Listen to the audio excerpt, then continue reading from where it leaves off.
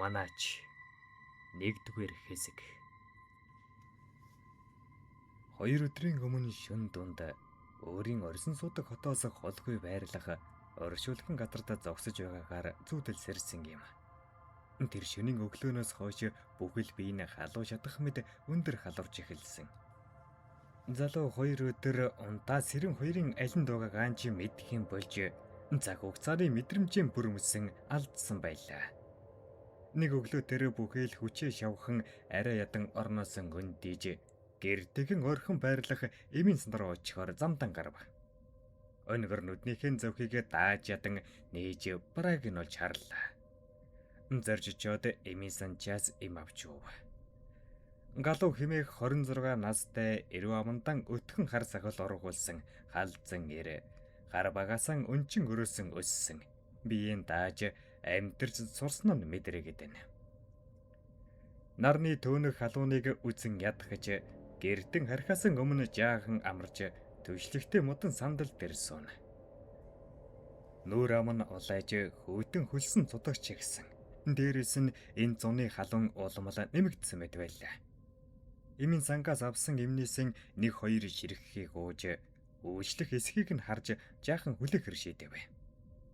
Гар хөлн жижирээд судсан тодроод би энэ ар зээж ёстой л байж болох хамгийн хүнд нөхцөл байдал үүссэн байлаа. Гэхдээ тэр түргэн дуудаж эмчэд үзүүлэх талаар огтхонч бодсонгүй. Өмнө нь хязээж эм ууж байгаагүй зөвхөн өөрийн биеийн тэсвэрээр л давж гардаг байв. Залуу амьдралдаа анх удаахан эм ууж байгаа нь энэ. Хэр удаан байсныг нь хэлж мэдэхгүйж нүдэн ансан тэр газран ил байдлаар унтаад өгсөн байв. Нэг сэрсэн нар сэмчин үйлсийн цаагуур орж зүудэр цэрэн салхины үнсэл дор олон хүний холхих хөлийн чимээг сонсоод сэрв. Өндөр халуурж байсан нь эмний үйлчилгээгээр гайгүй болсон бололтой. Хамаг биеийн тавираад суларч гисэн байтал түүний дэргэд нэг хөгшин ир суугаад түүнийг чивээг өхөн харж байлаа. Залуу хүн биеийн бодохгүй бол ангаахын эмч нарын дор шилдийн эмийн гайшуунаар л босох гээд байдаг болчихын шүү. Галуу амьдралдаа анх удаахан хилэн тэрийн эм тавьсан маань энэ. Намайг өөхөх гэж явахад аварлаа. Намайг гэндан гэдэг. Харин чамайг хөө минь. Галуу ах минь. За тэгэхээр галуу дүү минь. Би чамайг яагаад ингэтлэн дороотж өвдөснийг маш сайн мэдэж байна. Тийм үү. Хэлж өгч тусалаач ах минь. Гэж үл тоосон яжулсан байдалтай хэлв. Чи 2 өдрийн өмнө хотын оршуулгын газрыг зүүдэлсэн биз дээ. Тэр үзэгдлээсээ л болж халуурж бүлэрийн амчин тасрах гэснийг мэдэж байна уу? Одоо чи би лагшин чинь бүрэн эдэг ихгүй. Наад эм чинь дүр зур их. Харин би бүр мөсөн зүгээр болгох аргыг нь мэднэ. Гэхийг сонсоод галуу гайхан яаж тэр билээ? Та эм ч юм уу? Биш ээ. Ма энийг ав. Өнөөр наадтай уулзахаар очиорой. Гээд түүнд нэрийн худал сарвайтал залуу өнөөх өвгний зүг тогтож харлаа. Хөгшин хүн хэрнээ үснэ хавхар. Зөвхөн арьсан үржлээцсэн нь амьдралын түүхийг өгүүлж өгөхжээ. Түүний хар цуулга гал цогт ямар ч зовлон зүдгүүрийг туучаад гарах хүсэл тэмүүлэлтэй. Өмсөн зөөснийг нь харвал нэг л үзэж харж байгаагүй. Сонж ихтэй хувцастай. Дээрээс доош хүртэл нэг л тийм сонин мэдрэмж төрүүлэх ажээ. Тэгээд түүнд өгсөн нэрийн хуудас руу харснаа эргүүлбэл оршуулгын газрын нэр зуран байлаа. Та надаар тоглоогүй биз? Энд чинь оршуулгын газар байна штэ.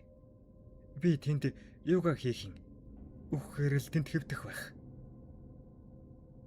Би чамайг 2 өдрийн өмнө оршуулгын газарт очиод зогсхийг өөрийн нүдээр харсан. Чи бол миний дараагийн манаач. Оршуулгын газар чамайг зөв хүнээгээд сонгосон. Хэрвээ чи очихгүй бол маргаашийн нарыг үзэж чадахгүй өөхөх болно. Өвгөнгүй. Та чинь юу яриад байна? Сонсон. Үхэнч гэх шиг би тэнд чинь үлийг хийх юм бэ? Өнөө орой зүгээр л хүрээ дээр. Тэгээд өөрөө мэдэж болно. Таалагдахгүй байвал буцаад гэрдэн ирсэн ч болно. Энэ чиний л шийдэх асуудал. Амьдралыг чинь өөрчлөн. Тэгээд сайн бодоод шийдээрэй. Би чамайг шөнийн 12 цаг хүртэл хүлээнэ. Ирэхгүй бол хаалган барина. Хэдэн өдрийн дараа чи хүссэн хүүтэн чулуугаан дээрлээд хөрцөн твдэхгүй юу? Гэсэр босоод яваад өгөхийг харсан залуу өөрөн нэг ч үг зохиолагсангүй. Төдөлгүй гэрийн зүгөө хөлөөн зөөж атан алагсаар орж ирэв. Орон дээрээ хэвдэн нүдэн анаад унтаад өгөв. Удаагүй түүний шээжин дээр хэнийг нь дарж улам бүр хүндрэх мэд хүчтэй мэдрэмж авав. Толгой нь ажиллаж эхэлмэгц нүдэн нээж харавал хэвийн байсан зүрхнийхэн цохилд гинэд хүчтэй балбаж эхэлсэн. Өөрийнх нь дээр цагаан дайсанцтай үхэгсчиг дүртэй зүйл дарж гисэн аимшигтайгаар инээж байлаа. Хичнээн хөдлөх гэсэн ч чадсангүй. Зөвхөн түүний эрх мэдэлд орж гисэн ч тэрүү амьсгалахад ч том бэрх. Тэгсэн хэрнээ гар хөлн хүчтэй өвдөлт мэдрэнэ. Өөр дээр нь байсан зүйл түүний өөдөөс алгуурхан дөгсөр. Залууж нүдэн салгалгүй ширтэж байв. Өөрийгөө тайвшруулахаар давхар хүчтэй айдас төрүүлж буй мэдрэмжээс нь салах гэж оролдоно. Хоёр нүдэн тасанж хүндхэн амьсгалсаар дахин нээлээ. Өнөөх чинь алга болж гисэн байв. Цаг нэлийн орой болсон байхыг харлаа. Оройрхон түүний нүдэнд нэг л хачин жигтэй зүйл тодхон харагдаж үзэгдсэн учраас сэтгэл санааны төгшөөр мэдрэгдэж байлаа. Залуу том өрөөндөн цай уугаад сууж байгаад халааснасаа өнөө хөгшин гэрэн өгсөн нэрийн хуудсыг олов.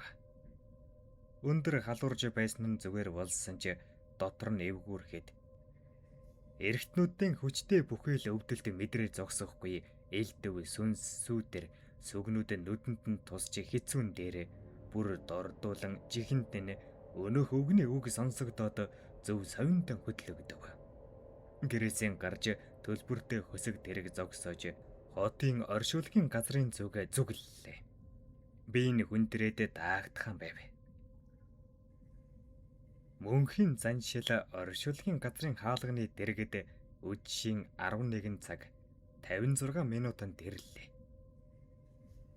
Яг л ямар нэгэн зүйлээ түүнийг татаж чангаасан мэт болсон ч урагш тэмүүлсээр эдсэн мөчөд нуруунд дээр нь том бул хад тавьчихсан аятай тэртээ санагдана. Хаалган дээр яг тулж очиод хөдөлгөөнгүй болж ухаан санаа нь сарнсаар нүдэн аних мөчөд хэнийг нь түүний гараас атгав. Хаалгаар оруулан хэвдүүлэх үед залуу хэсэг хугацааны дараа бүрэн сэхээ авч нүдэн нээлээ. Саяхан айхтар хүнд санагдсан түүний бие хөнгөн шингэн болж гисэн. Дээрээс нь хамаг өвчин зовир нь намжиж гисэн. Тэнхэрж эдгэрсэн гэмээр болж гисэн байлаа. Галуу өндийн босч хаалганы дэргэд зогсох гентон луу харав. Түүний цаах нь 2-3 хар сүүдэр хаалган дээр зогсохыг олж харлаа. Амьд хүний шинжгүй тэд үнэхээр айдас төрүүлж зовлон болохыг мэдэрв. Галуу эднэр одоо юу вэ? Чамайг авах гэж ирсэн эрлэгийн элч нар. Зол тойл чиний амийг өгөөд тууч гисэнгүй. Би чамд хэлсэн. Чи маргааш гэхэд өгч гисэн байна гэж. Тэгээд яагаад наашаа орж ирж чадахгүй? Гадаа зогсоод байгаа юм. Намайг би тул одоохондоо чамд хүрч чадахгүй. Би чамд хэлсэн. Энэ оршуулгын газар чамайг сонгосон. Яг л анх намайг олон жилийн өмнө сонгож байсан шиг. Тэгээд би энд үрд тантай хамт байх хэрэггүй.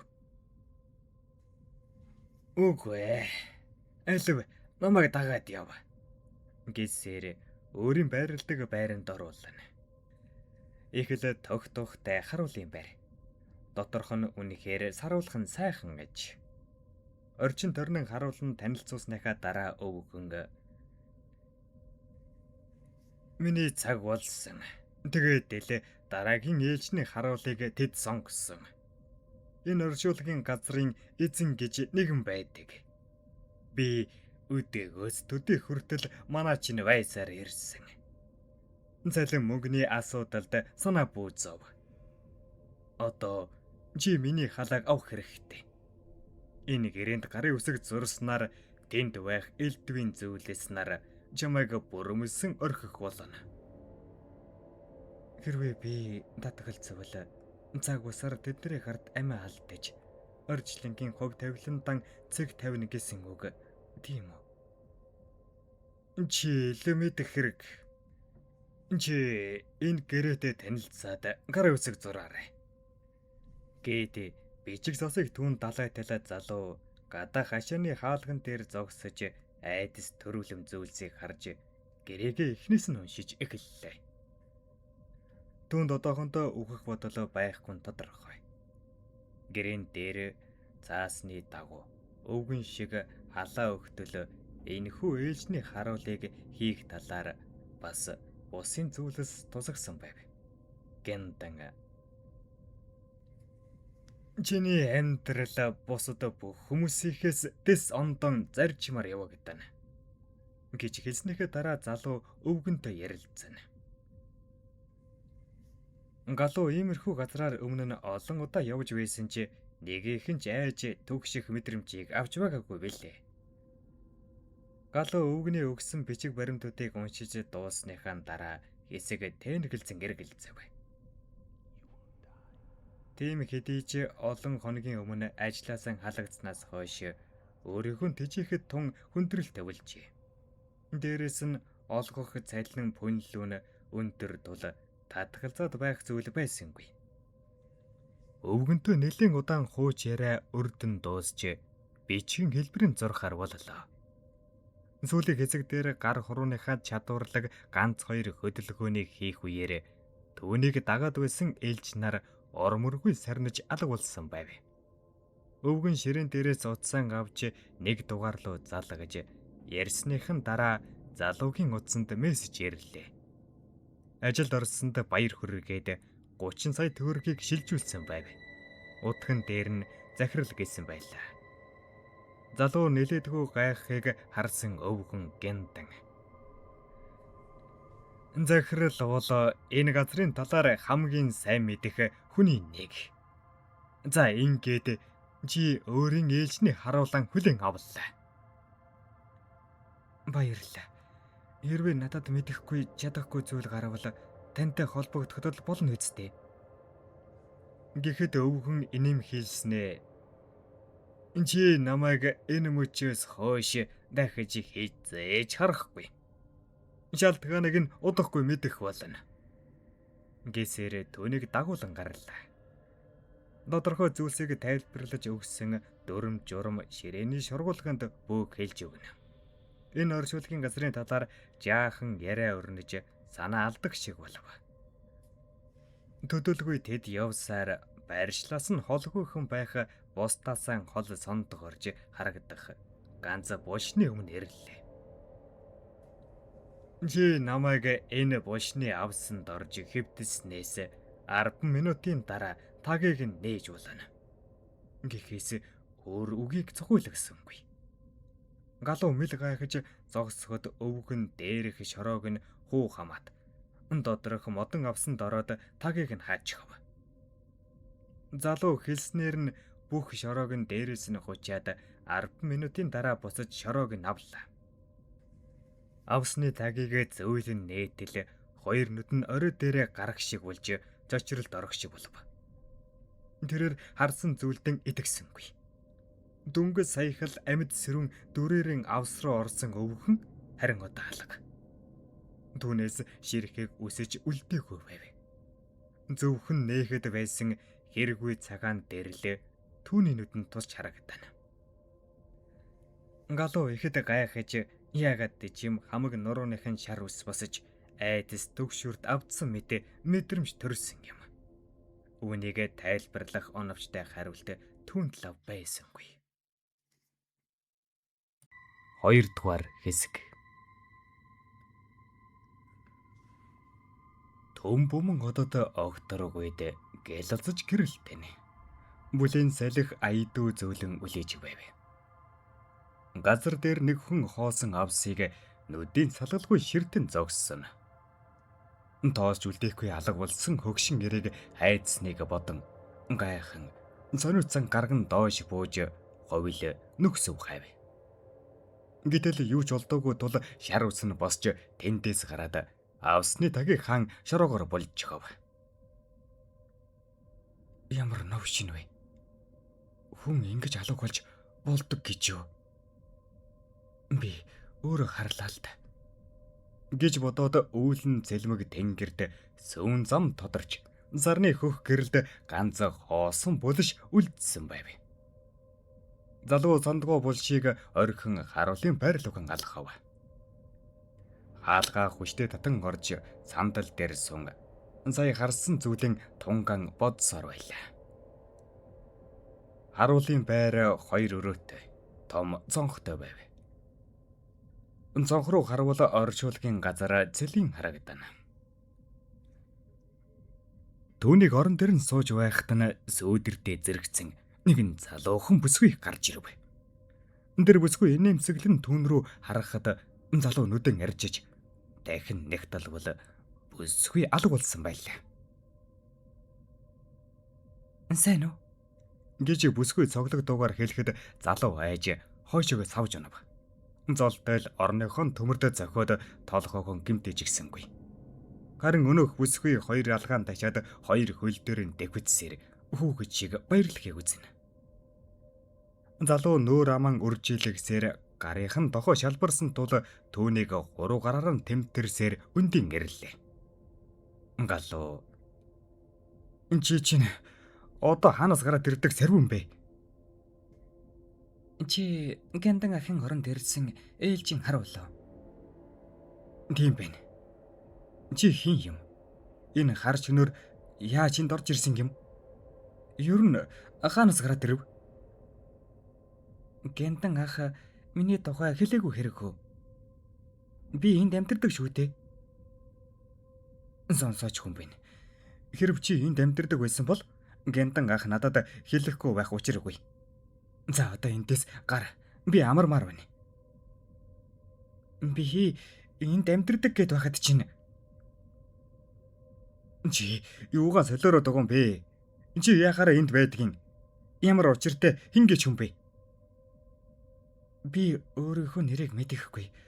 Гэндан ах намайг дэгдэхэл гэж дууддаг байсан. Чи намайг хүнэл гэж удаад байх шиг байна. Би аль хэдийн өвчгсөн шүү дээ. Гэж хэлхийг сонссон залуу жожиг шиг болов. Хэлээ залгсан мэд дуугүй болно. Харин өнөөхөө саяхан гэрэл гэгээ тосруулж байсан бүсгүй хардсандан гуниг хуруулснаа хаашаа чим алга болж хов. Гэндангийн хэлээгүй олон нууц энд бий бололтой. Учрыг нь мэдхийг хүссэн чи яаж хаанаас гэдгийг нь тэрээр гарын үсгэн зурсан гэрээг авч дахин уншиж эхлэв. Дүүний гар хуруунд ямар нэгэн зүйл мэдрэгдэхээр нь эргүүлж харлаа. Түлхүүр биег олж харсан залуу түүнд таарах зүйлийг хайж хоёр өрөөгөр явсаар олов бололтой. Орныхон толгой дээр байх жижиг ширээний шүүгэн их болж таарав. Ховлыг нь тааруулаад онгойлгоход дотроос нь нэнгэн хуудастай хавтастай дэвтэр бахийг харсан залуу нээв. Эхнээс нь дуустал үзхэн балаар бидсэн харагдана. Дуустал нь уншиж дуусаад үнэхээр их гайхаж бас баламгдсан байв. Төрөний өөр дээр нь ярддаг бүсгүй үнэхээр л нас барсан. Олон жилийн өмнө цогцсон энд оршуулгдсан. Ямар шалтгаантай энэ орчлонд хорогдсныг нь өөрийнхөө бас хэн гэдгийг ч мэдэхгүй болохыг дурдсан байлаа. Галууд энэ газрын тухай маш олон мэдэх ёстой зүйл бий болохыг ойлгов. Цааш айжмаар л дасах хэрэгтэй болж байх шиг байна. Хэдий шүн дунд болсон ч юун түүний нойр хүрэх харин ч зэрэг болжээ. Тэгээд гадагш харж ойр хавар салхилахаар алхана. Төдөлгүй түүний зүрхийг авахын шагсан бүсгүй инээдэн цангасаар гарч ирсэнд мөн л өнхөлцг нь хагархан шахав. Зүгээр мэддэгдэд гараад ирж болдгүй юм уу? Заавал хүнийг хачин сонин өвчтөй болгож байж санаач намрах гээё. Аачлаарай. Гэхдээ би чамайг албаар айлгаагүй шүү. За мартта. Гэсээр хөнгөн шингэн яриа өрнүүлсээр өөр захин алдад байрантан ороод унтаад өгөв. Нар дээр хөөрцөн хойно залуу өөрийн ирэхгүй нүдийг нээлээ. Хоол цай болсоор байх үед хаалхан дээр машин гэрсний камертан харж очино. Анзаарвал хэнийгний оршуулгын цуваа бололтой. Хаалга нээх үед жолоочж өвшөөрөлтөн бичгийн хүлээлгэн өгсөн хойно нээж тэр жигт нь үлдээчихв. Олон хүний нулимстай зовлон чихэнд нь ойрхон сонсогдоно. Дэгдэхээ гэж нэрлсэн бүсгүйг харагдахгүй хөзвөлээ өдрийн цагаар гарч ирдэггүй бололтой. Яг түүнийг ходоодон дүүргээ сууж байтал түүний удсанд дуудлаг ирэхийг харвал захирал нь бололтой. Жаал ярьсаар тасалсан хойно хөх тэнгэрд хөхийн буй нарны хурц гэрэл биеийг нь халааж байсан ч оршуулагтай хүмүүсийн зүг харцан салгахгүй ширдэж байлаа. Урд шөнийн хэсэг зоврын цаг хугацаанд хотын төвийн орон сууцнуудын нэгэнд харанхуй өрөөний орон дээр эр нөхөртөг хам дундах 30 гарсан эмэгтэй нэгэн зүүдийг зүүдэглээ. Нас барж 49 хоногоо хураасан хайртай аавынхын сүнс түүний зүүдэнд өөртөө уулзаж байх юм гинэ. Хэлэх үгнээс нь өөр зүйл бий учраас уулзах хэрэгтэй байна гэж хэлэхдээ өөрийг нь оршуулсан оршуулгын газрыг түүнд харуулна. Давхар галууг нүдэнд нь үзүүлж төдөлгүй алга боллоо. Тэр өглөө эмэгтэй өглөөнийхөн цаг ууж багтаан хүртэл тэр давхаахан бодож өдөр жингөн өөрийнхөө ажлыг амжуулж авлаа. Орой нар жаргах үеэр гэрээсээ гарч хотын оршуулгын газрын зүг явсаар хаалхан тэр нь тулаад очлоо. Түүний нүдэнд байшингийнхан урд сандал дээр сууж ном ч юм уу юу ч юм уншихыг харан зөөлөн дуугаар түүнийг дуудана. Галуу тэр эмэгтэйг харан дөхөж ярьсныг хаалгаа нээж додогшин оруулав. Өөрийг тань эрнэ гэж надад дуулгасан гэж залуу эрэг хэлэхэд эмэгтэй олон бодолд авталгүй. Урд шөнийн зүүдэнтэй би аавтайгаа олдсон юм. Тэр чамайг олж очивол бүхнийг мэднэ гэж хэлж байсан юм. Та энд надтай шөнийн 12 цаг хүртэл хамт байж байх хэрэгтэй. Миний мэдхээр нас барсан хүмүүс өөртөө чинь биелжлэн уулзахыг хүссэн юм. Чи энд удаж байна уу? Чамаас өөр нэг өвгөн энд байсан. Би ээлжи харуулга юм аа. Та миний анхны үйлчлүүлэгч болж байх шиг байна.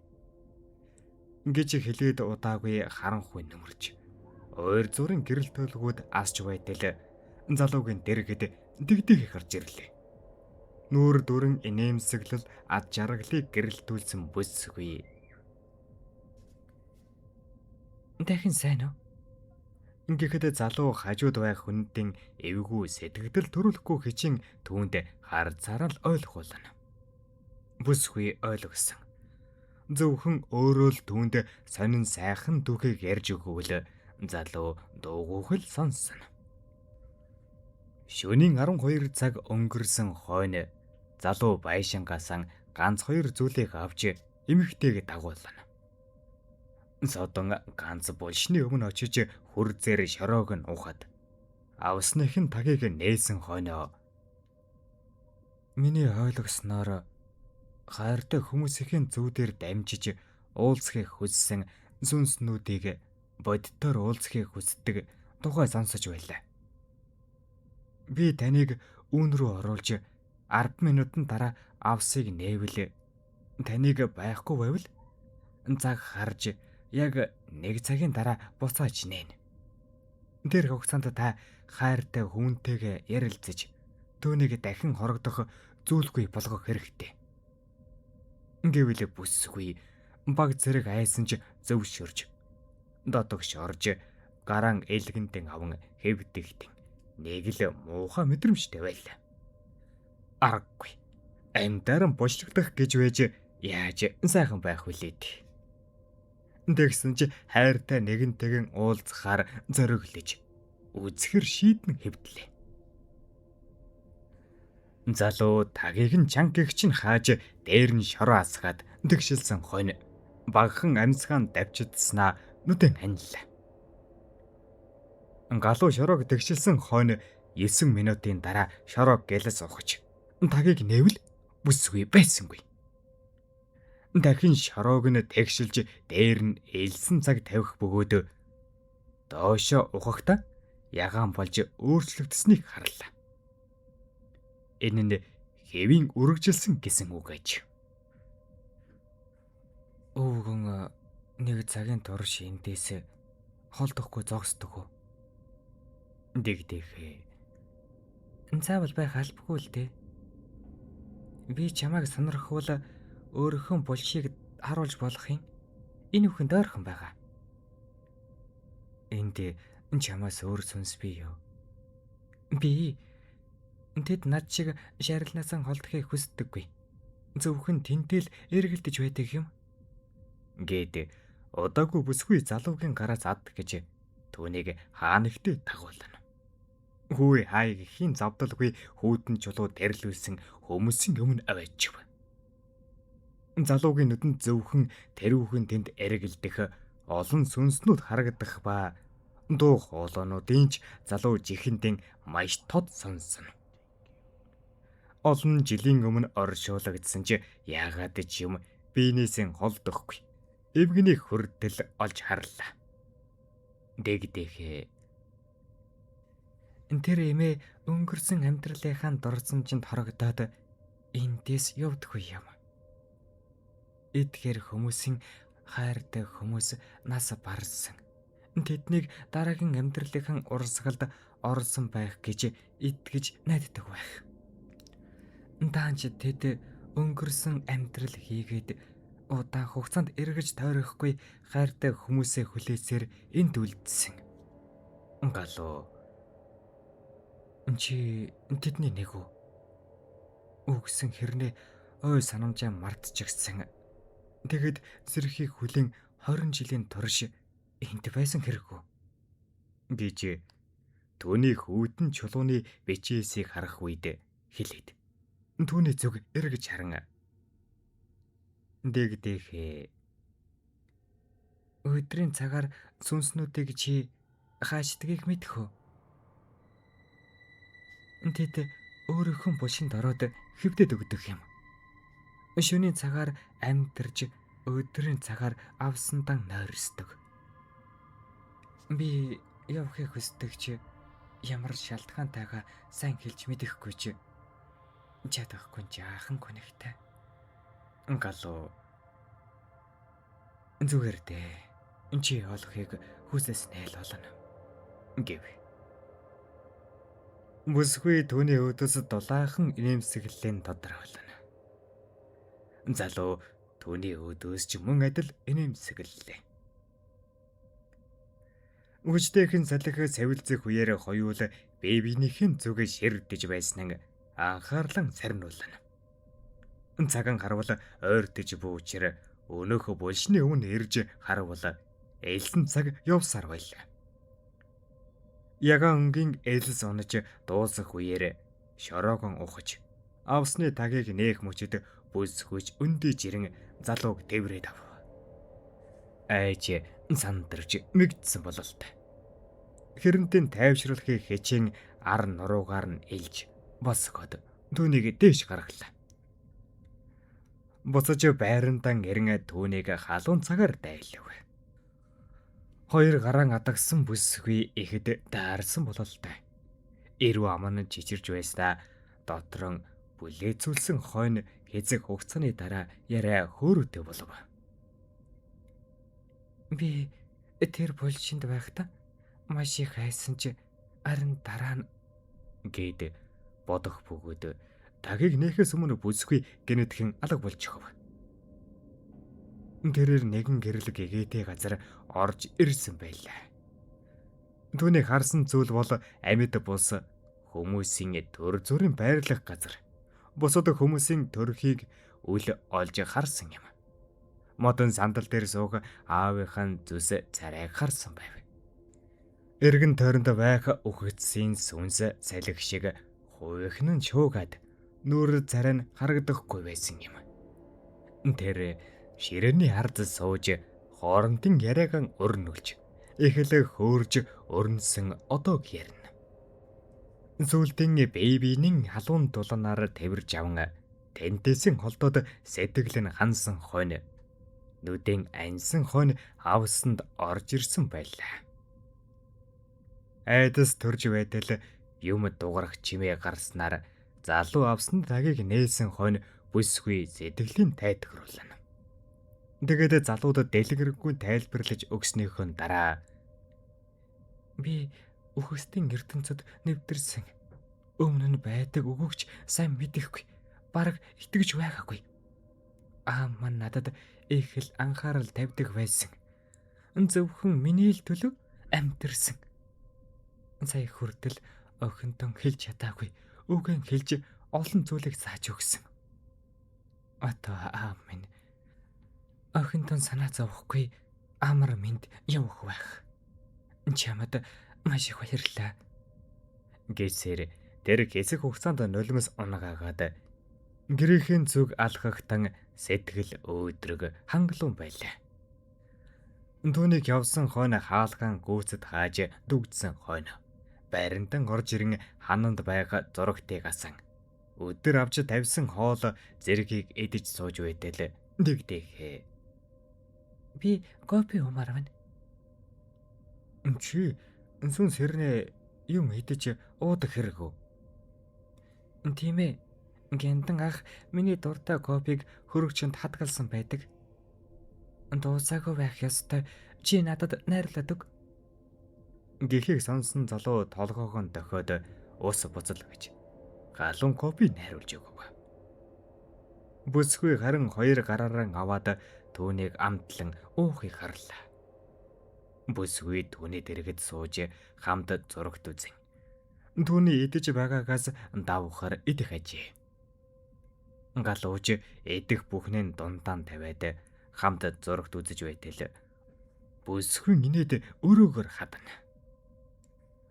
Залуу өөрийн ирэхгүй түүний зүг харж баярлан хөөрхөн анхаарал татаж байлаа. Нэг л мэдсэн шөнийн 3 цаг өнгөрч байтал залуугийн нойр хүрсэн. Харин бүсгүйг орон дээр нь унтуулахаар бэлдэж байтал нөгөөх нь би өдрийн цагаар л унтдаг. Шинийн цагаар сэрэн байдаг. Анхаарал тавьсанд баярлалаа. Би чамайг унтах хүртэл чинь хань болж болох юм? Гэхэд залуу хүнжлөө нөмөрж нүдэн ани. Унтаг гэдэл түүнийг ширдээд сандал дээр суух бүсгүй зүг харж. Миний нойр хүрэхгүй байна. Надтай сонин сайхан зүйлээ хуваалцаач гэж нэмсэглэнэ. Бүсгүй нүд гэрэлтээд ам хуурай байхгүй л ярих ажээ. 3 дугаар хэсэг. Галуу зөөлөн салхи сэвсэж үлээсэн бүтэн сартай хөдөөш. Төрөх өгсөн онсаар дамжиглагдсан хүүтийн чулуу бүрийг харна.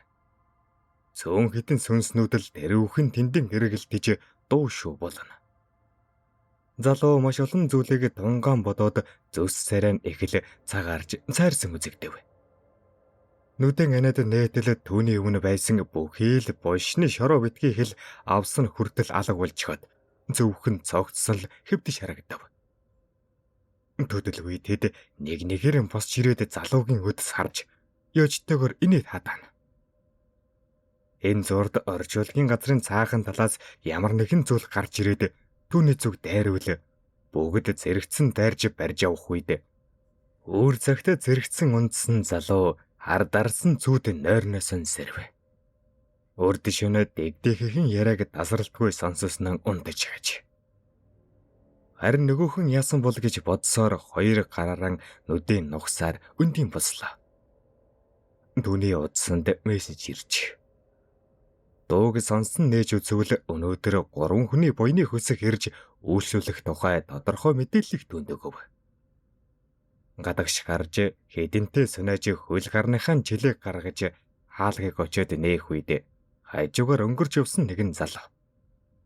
Ямар үүлийн өрөөрийн бузар шин гэж бурамтгалсан оршуулгын газрын манаач болоод суучдаг байна гэв. Үүлийн өрсөд байх юу байх вэ?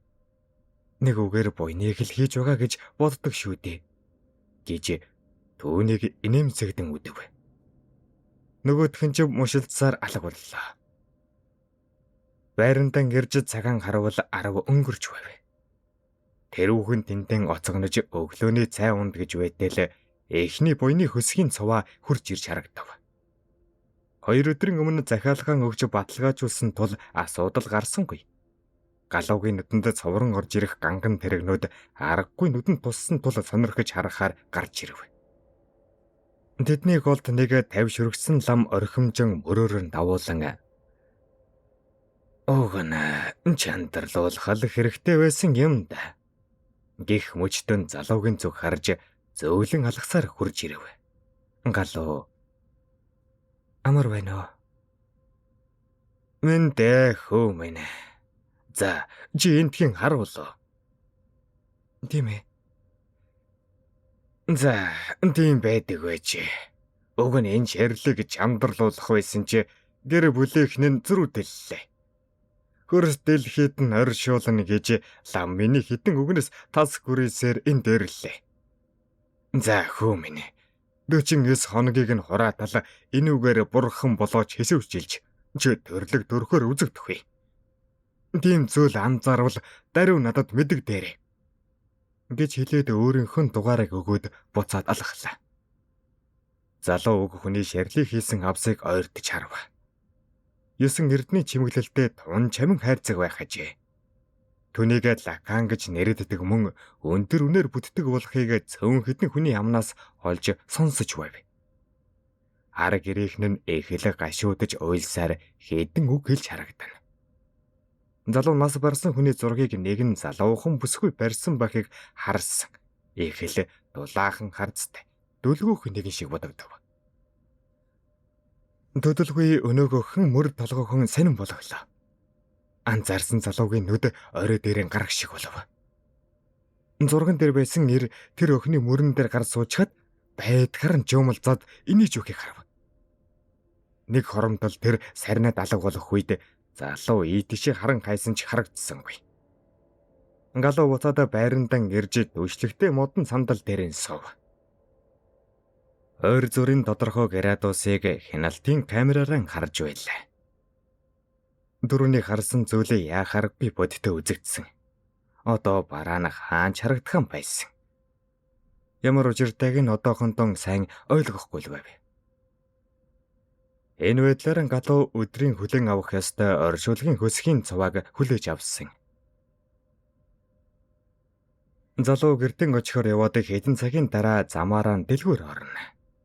Дансан орсон мөнгөөр нь дуртай зүйлэн тор тороор нь барьсаар хөргөгчөн дүргэж авлаа. Өдөр нүдэнд нь тормолцоод байсан ахмаг насны эрэгтэй Түүнийг хоол хийж байх үеэр зонхны дэргэд зогссон. Түүнийг цоо ширтээд зогсоод алга болсныг залуу зөв совинтон хөдлөгдөөд эргэж харлаа. Юу ч үзэгдээгүй тул эхлэл сонин хачин төрөх гаргаж урдах ажилдаа л анхаарав. Галуугийн байрлах байшин хүн тавьдгаас 300 метрийн зайтай юмсан ч түүний хөвд хэр бараг тайлбал айгаад байх зүйл байхгүй лээ. Зурагтан үзээд суутал түүнийг хэнийгэн хаа нэгтгэж ширдэд байх шиг санагдаад болохгүй чир үе нэг л сонирн болоод эргэж харна. Нар жаргаж бүр хэтийн нойлогтой зэрэгцэн халуун тогоон дээр хоол хийж идээд аягалж идэж байтал дэгдэх гинэтхэн гарч ирэв. Залуу золтойл шалтлам халан хоолыг өөр дээрэн асгаад түлэгдчихсэнгүй. Хоёр хуруугаан шөлөн түлсэн учир гялс ширээн дээр тавиад хоёр жихийн цэрэг шахуу барьснаа. Хөөе, чи чинь хаалга нэгэд ороод ирж болдгоо юм уу? Чааштай анхаарч явъя. Хоолж гой харагдаж байна. Надад бас аягалчих, өлсөж байна гэж ихтэй. Гэхэд залуу түүний аяганд хийж ширээн дээр тавив. Хөөр баяр баясгалантайгаар гэрэлтэх хүсв. Гартан халбаг атгаад хоолноос амсав. Хөөх, чи үнэхээр хамттай хоол хийдэг залуу байна. Эхнэр болох хүн чинь ёстой цадчих шиг болох юм байна да. Бас юу эхнэр яриад байна. Ганцааран амьдардаг хүн чинь иймэрхүү зүйлийг дорн хийн шүү дээ. Чи ер нь хөгшин өвгөнтэй шөнө бүр хамт амьдрахтан юу идэж удаг байсан юм? Гэнтэн ах надад миний дуртай амттныг бэлдэж тавиад өөр нь шар ариг зэргийг л уудаг байсан. Хоол унд гэж мэдэхгүй байхаа тэр хүн. Даач тийм байхаа. Гисэр тэд хоол ундан дуусгаж аягаан угаахад бүсгүй хамт угаан гисэр зэрэгтэн зогссон. Тэр хоёр ч дотн яриа өрнүүлж дуусаад овож тавьсан тавгийг ямар нэгэн зүйл унгаагаад хагалахыг харсан хоёр. Өө, миний дуртай аяг байсан шүү дээ. Чи яасан болох газар тавьдаг юм бэ? Гэж гомдлох бүсгэн үгийг сонсож байв. Тэр нөгөө өглөөхөн харсан нэрийн сүнсийг олж харлаа. Залуу өөрийнхөө биш гэдгийг хэлэхэд бүсгүй саатан анхаарлан хандуулв. Ханны цанаас гарч ирэх тэр өнөөхөрийн сүнснээс хөх удаа суунаглана. Жөтгөрлөг төрөх хүнгээд хэлчихэр болох зүйлсийг бүрэн эргшүүлсэн бололтой. Тэр хоёрын зүгэж игтэйхэн инээснэн амаа нээвэл ямар нэгэн зүйл агаар цацагдаг шиг болов. Бүсгүй хоолойгоо барьсаар газарт хүдхийн ямарч аваагүй унаад өгөв. Залуу гайхаж байтал өнөөх зүйлэд түүний чэйжин дарсаар хан тулглаа. Би үхэх болоогүй. Ураасан гэд хөрөнгөн эдэлж жаргах зүйл бүрийн донд сайхан жиргэж амьдрах хүсэл тэмүүлэх надад тохирсон би хэрэгтэй. Хоол явах шаардлага байсангүй. Залуу хүний жавжаар дахин хоол идэх хүсэл байлгүй яахав?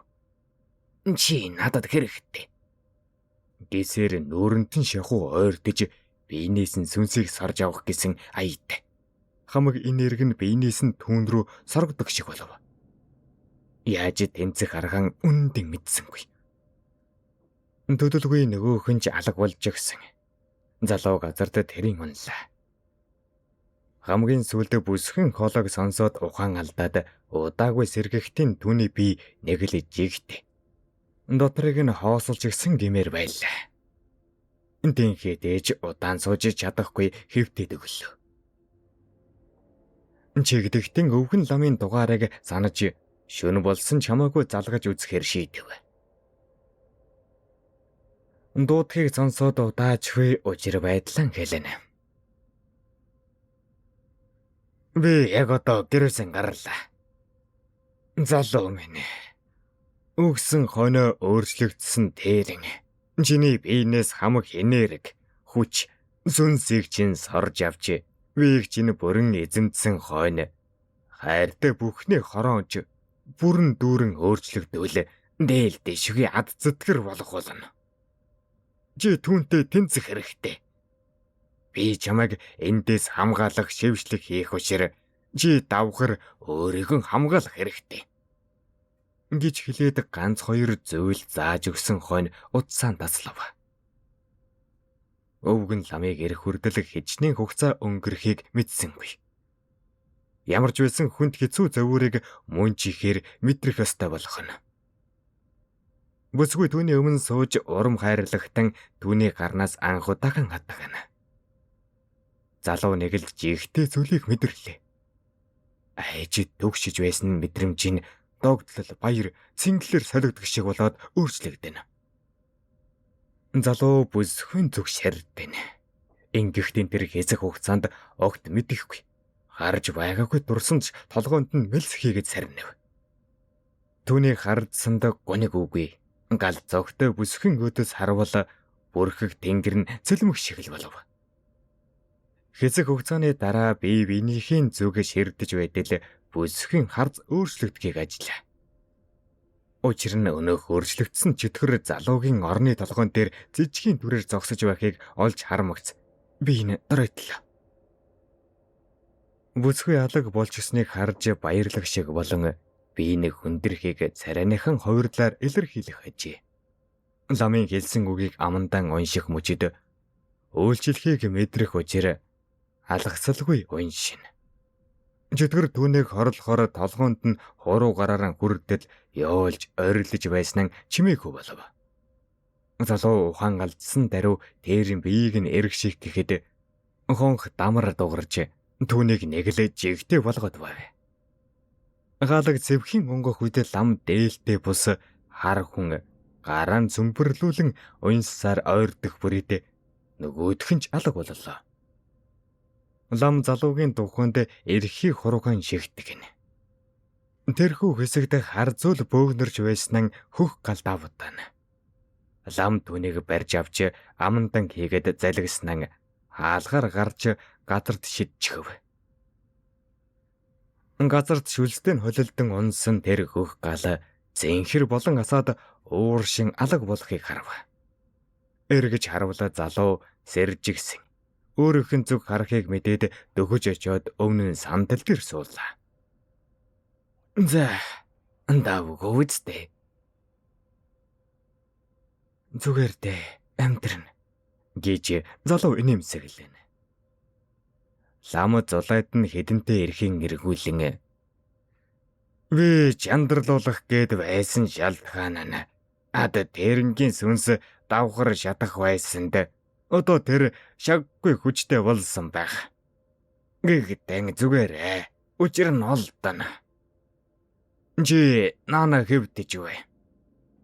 Би түүний учрыг олж хөдөрье. Та юу хийх гэж байгаа вэ? Австан жатан гэж хэлэхдээ зэрэгцсэн дэгдэхийг гарч ирэхийг залуу олж харлаа. Харин лам алгасаар байшингаас гарахтан бензин хурц зэргийг авч шинэхэн оршуулсан шарилын зүг алхлаа. Залуугийн дэрэгдээс хөөсөн тэрэн өөрийнх нь шарил дээгүр хідэн дэргэлдэнэ. Ламын зүг хурдалхад замсныхаа дотор үзүндэн ороосон байсан эрхийг сууглан авч ойртож ирнэ. Газар шидэхэд нөгөөх нь ч тэндийн хөдлөх хүчгүй болоод дэмээл хашигчж харагдав. Би тэгээ өөрийнхөө зав. Чамайг даруй тэнэлгод өгнө. Удаан хүлээлгэхгүй. Гисэр хөрзэрийн булшийг нь ухаж байтал байшингийн зонхоор тэргэл сарны гэрэлд өнөөх ламыг хөдөлгөн хийхийг харна. Бүсгүй түүнийг айдуу тайван байхыг сануулж эхлээд сатааруулахаар олон зүйлийг ярих нь сонсогдно. Лам авс хөрдөл нь ухаад тагийг нь нээж дээрээс нь бензин асгана. Багхан холдоод шүдэнд зураад шидчихв. Дөрвөлзэн асаад ойр хавийг ёстой л гэрэлтүүлэх шиг болов. Дүдэлгүй өнөөх дэрэн хамаг хараалан урс гэж ууршин алга болохыг харсан хойно галыг унтарж дуустал хар зогссон. Буцаагаад шороо асаглаа. Харин дордоод байсан залуугийн бие гайгүй болж гисэн. овоо сууж харагдана. Түүнтэй уулзаад гар барьсан хонин. Би чамтай хамт байх охины сүнсийг харахгүй ч мэдэрч байна. Тэр өөрийнхөө хүслийг гүйцэх хүртэл эндээс явж чадахгүй. Юу гэдгийг нь чи саяхан мэдэрсэн юм байна.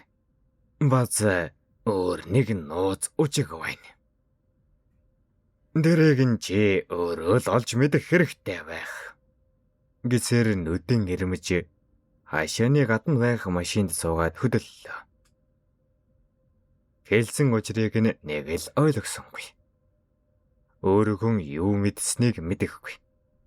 Одоо л амар жимэр болсон залуугийн өрөөнөөс бүсгүй гарч ирнэ. Энэ үед түүний зүг харж байсан нь ганцаардуулаад яах вэ гэсээр ханьтан шүнжэнгөө түүнтэй ярилцаж өөрийнхөө амьдралын талаар баггүй түүхийг сөхөж ярьж байлаа. Түүний өмнөх шүн зүүдэлсэн зүйл яхааргүй тэр хэсэг газар байсаар билээ.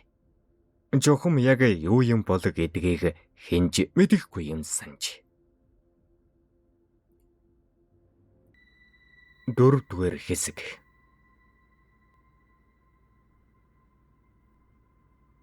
Ээлжин харуул мууёрын дайралтаас болж бүсгэн хэлэх үгийг тэмж удаан сонсож чадсангүй.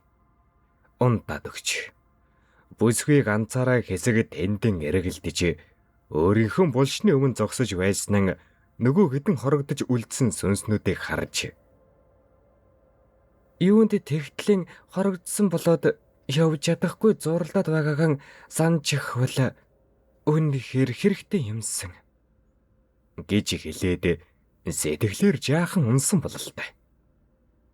Санаашран байтал оршуулгын газрын хамгийн ардал байдаг хөгшин эмгний сүнс өөртөө ярилцсан байв.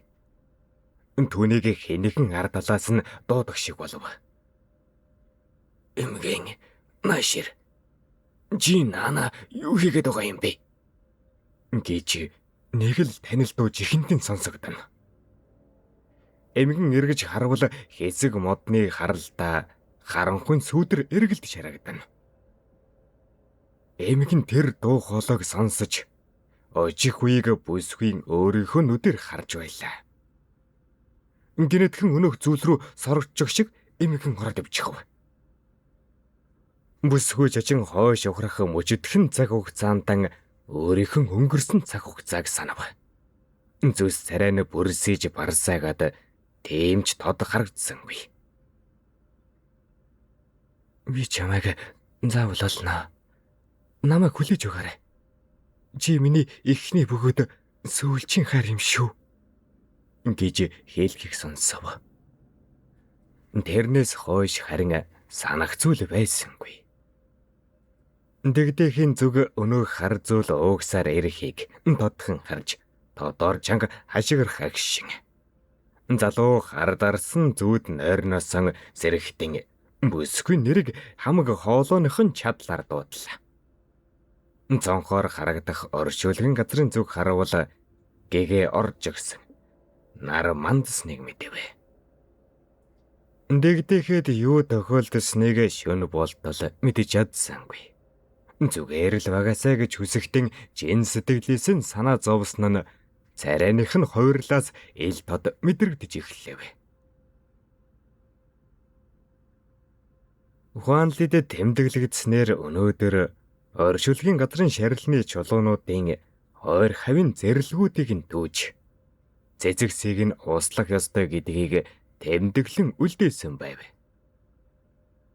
Энэхүү оршуулгын газарт 500 орчим хүмүүсийг нутагшуулсан тэмдэглэлийг залуу үргэлжлүүлэн хөтлөнө.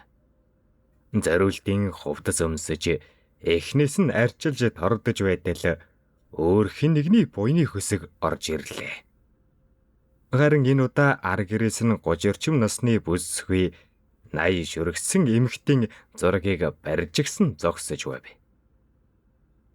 Нүднийхэн сувгаар бөмбөрөн унах нулимсан асагсаар сэтгэлийнхэн сувгийг ханз дадаж байлаа. Галуу өөрийнхөө хийх ажлыг зогсоож өнчин ботго шиг зогсох тэрхүү хүний өмнө очив. Эмэгтэй дэрэгдийн хинэгэн ирснийг анзаарсан хэрнээ дуугүй байсан хойно залуу. Танд чин сэтгэлийн гүнээс эмгэнэл илэрхийлээ. Ганцаараа багагч нь хараад дэрэгд чин багч гэсэн хань болж шивдлийг тань хуваалцахыг хүссэн юм. Ингээд бүсгүй дуухан толгохон догснон түүний зүг гүн хоосон харанхуй нүдэр ширдэр. Арчлан дэлхий хаанч миний эмээгээс өөр дотн хүн байгаагүй. Миний эмээ зүрхнийхэн цохилт бүрийг зөвхөн надад зориулж амьдралынх нь утга учир ганцхан бий л байлаа. Хайрлсан цаг хугацаанд бурхнаас илүү шүншиглэж залбирах тийм л гайхалтай нэгний эвэлт багтаж.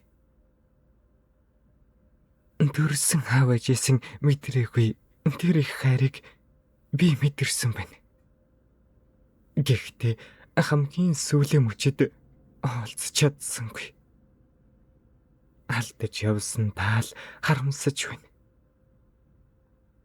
Дахиад уулзах 5 минут байсан бол хайртай шүү гэдэг үгийг л хэдэн мянган удаа хэлхийг маш их хүсэж байна.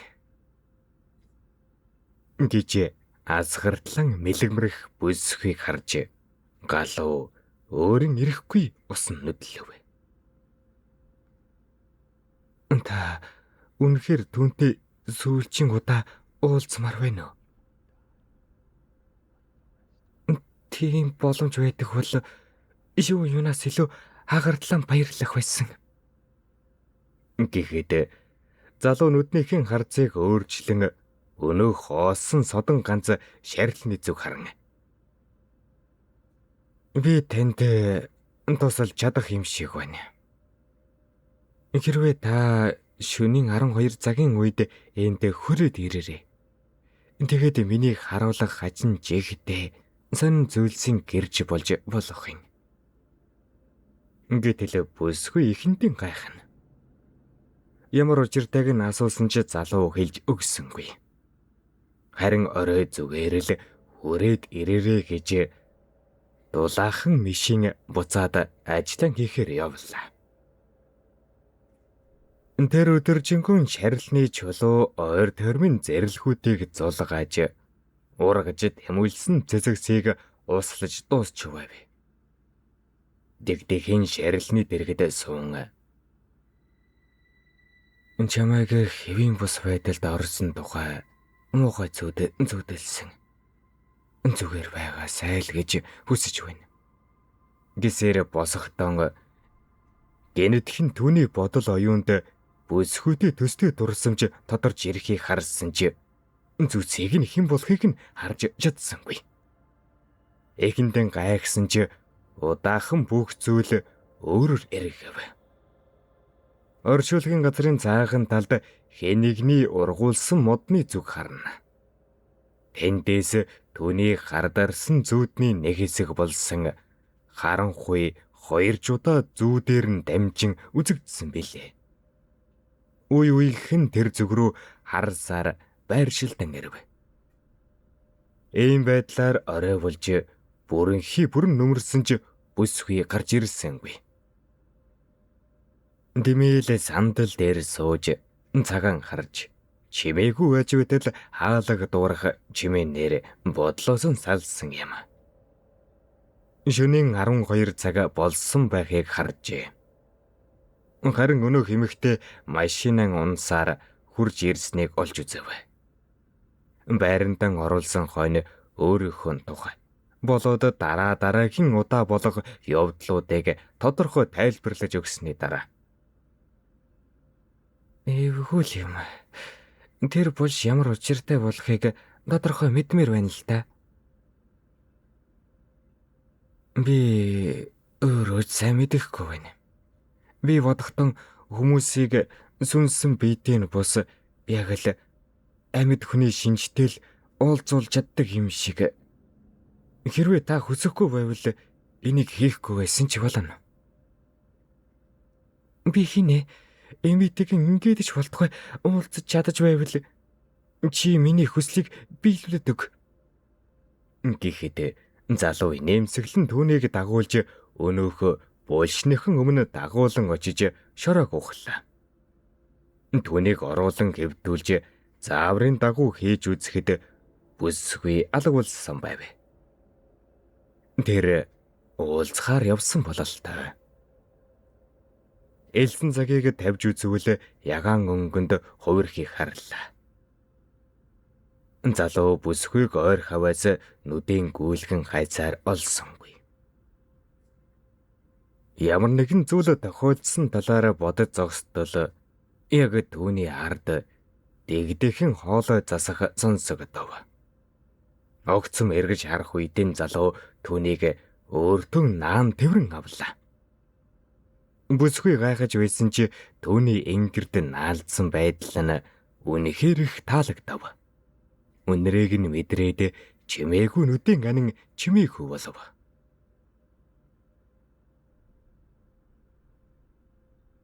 Эмэгтэй авсан дэвдсэн хонон нүдийн анихтан эмээгийнхэн тухай бодож байх үедийн хаанигтээ шилжин ирсэн зогсож байв. Хар салхид түүнийг тойрон эргэн чухам сайн анзаарч харвал бусад хүмүүсийн дуу хоолой тод сонсогдно. Түүний эмээ ширээний ард сууж гисэн. Бугунтан хэдэнтэй ороосон хуучин эрхнийхэн үрлийг эргүүлж суухад охин нь нүдэндээ харна. Гигэн дарих минь. Энэ чи юу миний охин? Гэж хоолон зангиран хэлэхтэн тун их баясгалантайг сонссон бүсгүй. Гүүж өмнө нь очиод өвдөглөн сон. Тэрж авахтан цорхирон ойлглаа. Миний охин чинь энд юу хийж явсан бэ? Буурай мэтээгэн эцсийн үчид уулзаж чадаагүйдэн харамсаад. Ямар ч хамаагүй аргаар таньтайхан уулзчил байвал хамаагүй санагтаад би таньтайхан маш их сансан юм ээ. Борхон нүдтэй захиусан тэнгэр гэж амьдралын түүхийг агуулж үржлээдсэн мойног гарааран өөд дадан газар духан дээр нь үнсэн. Цааш хуурж өөрчлөгдөх цаг хугацаанд дасан зогсож үсэж мөрөөдсөн амьдралаа бүтээгээрээ. Миний охин чинь дуучин болох хүсэл мөрөөдөлтэй. Энэ сайхан хоолойгон эмээгээс өөр бусад хүмүүсийн сонорыг мэлаагаар. Нэл хаас чинь өсөгсөн чи минь ухаантай. Хизээж буура эмээгийнхэн итгэлийг алдаж байгаагүй. Та охин нь дуучин болно гэдэгт тийм их итгэлтэй байдаг хэрэг үү? Чи харин өөртөө итгэлгүй байгаа хэрэг үү? Гэхэд бүсгүй мөрөн хавчхад өөртөө дадан энгэртээ нааж бүрэн итгэлтэй хэлв. Эмээ охин хоёр үлдсэн цаг хугацаагаан аз жаргалтай дурсамжаар өнгөрүүлэхийг хүсэж буй. Эмээ нь охиноо тохирсон залуухан олж бүх насаар жаргах ёстой гэдгийг дуулган өөрхөн хуримтлуулсан мөнгийг хураасан эрдэнсэн хайрцаган хэлж өгч хүсэл мөрөөдлөө биелүүлэхэд ашиглаарай гэж хэлсэн юм. Дэгдэхэн залуугийн ингэрээс хойшхон хоёр алхам өхөрснэн чи чинь өнөөдөр яаж хавэ гэж инээмсэглэхэд мэдэхгүй. Зүгээр л би чамайг гарч ирэхгүй нь ямар нэг юм болж тээ гэж бодсон юм. Урд шөнийн хардарсан зүуд холбоотой байж болох юм. Асуудалд орлоо гэж зүудэлсэн. Юу хөөрхөн юм бэ? Чи надад санаа зовсон байх нь гэж хэлээд залуугийн хацрыг жимгэх. Нөгөөх нь саяхны хүртэл бараан гонигтай байсан бол мөн чих баяр зэнгэлтэй болсон нь харагдана. Төдөлгүй өөрийнхөө харсан энергийг гаргасан модны зүг зааж жухам түүнээс юу мэддэг талаар асуудал нөгөөх нь ч юу ч мэдэхгүй гэдгийг хэлнэ. Заавал учрыг нь олох ёстой зүйлийн нэг гэдгийг хэлсэн хэлээгүй. Хин сайтар ойлгож угсан гэхэд болно. Эмээтэйгэн уулзахыг хүссэн эмэгтэн цаг болсон бололтой. Түүнийг дотроос гаргаж ирлээ. Нүдэнтэн нулимстай бүсгүй хэсэг тентээс холд цорхир сар зогссон хойно залуутай хамт байшинд орлоо. Галуу түүнийг халуун копигоор дайлах үед өнөөх бүсгүй эмээгийнхэн талаар баггүй зүйлийг түүнд ярьж өгөв. Бүсгүй зүрх муутай учраас шөнө бүр хардарч зүүдэлдэг. Үргэлж эмээгийнхэн өвөрд унтдаг. Хөглөө гэрээсээ хоосон гарч хөвөл өөрөө гал дээр хоол хийж зургуул болоод ажилдаг газарт нь аваачиж өгдөг байсан.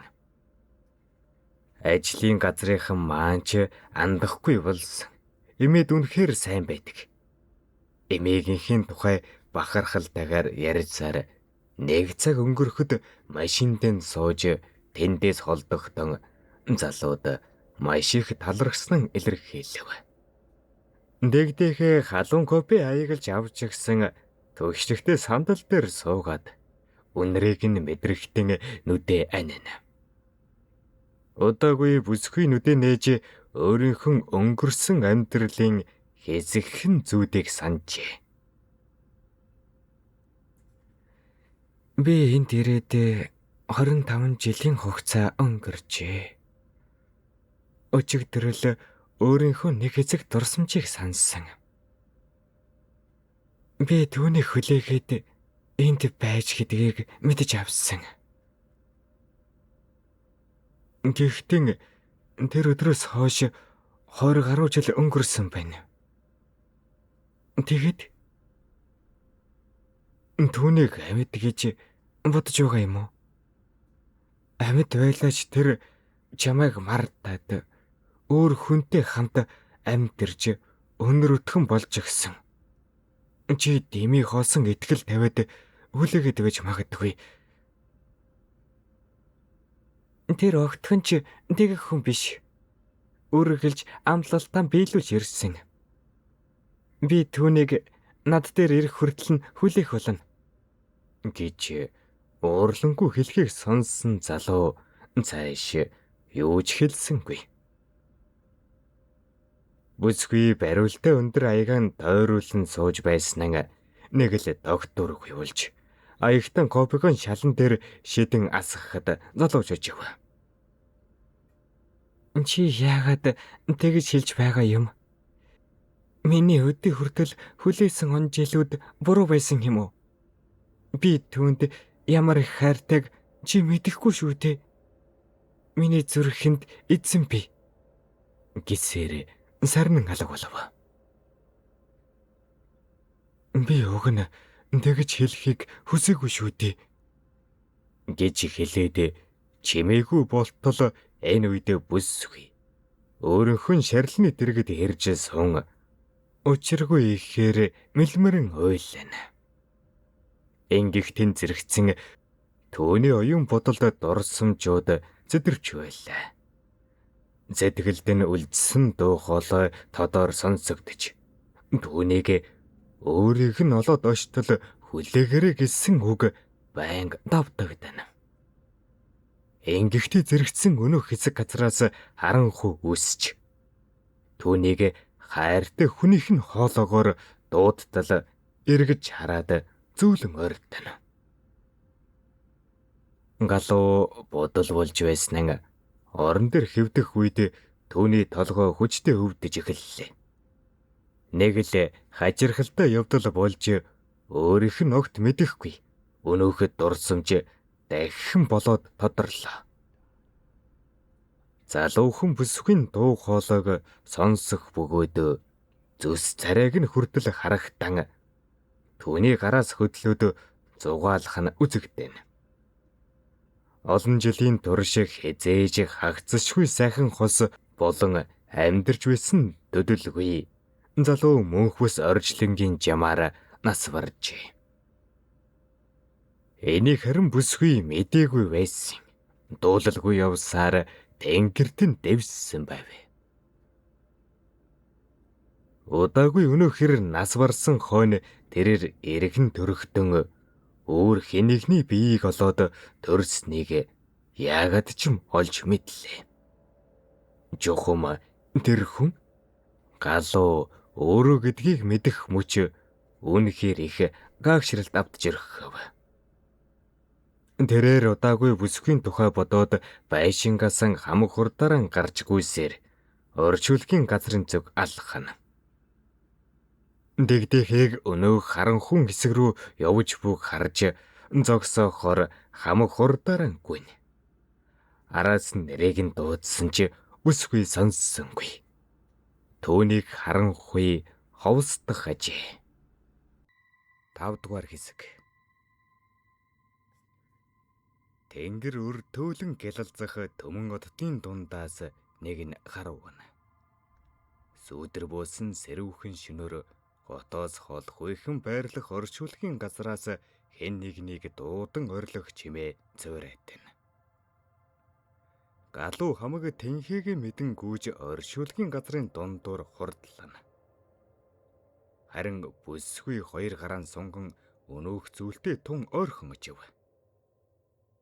Залуу ордон очоод түүнийг эргүүлэн гараас нь барьж аван "Чи харанхуйд гоостуулаад байна. Тэнд миний хайртай хүн байна. Намайг дуудаад байна шүү дээ." "Хайртай хүн чинь тэр биш. Чи намайг сонсож байна уу? Буруу зүйлд татагдаад байна. Чи яаж мэдж байгаа юм бэ? Чиний хүлээгээд байгаа хүн чинь би болохоор тэр."